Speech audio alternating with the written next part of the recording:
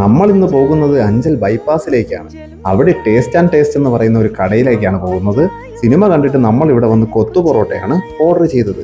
ഞാനും ഷിബിനും അനന്തു ഗോപനുമാണ് ഉണ്ടായിരുന്നത്.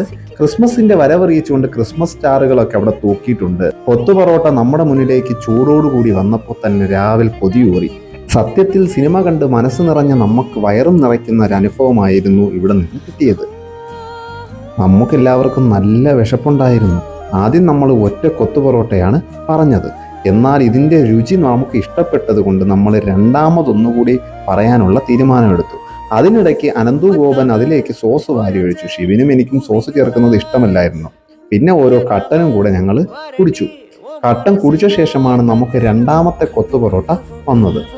അത് പക്ഷെ ആദ്യത്തതിൻ്റെ അത്ര ഒരു ലെവൽ ഇല്ലായിരുന്നു കേട്ടോ. എങ്കിലും വിശപ്പിന്റെ കാഠിന്യം കൊണ്ടും രുചിയും കൊണ്ടും നമ്മൾ വീണ്ടും കഴിച്ചു. അപ്പോൾ ഇത്രയേ ഉള്ളൂ. Bye bye.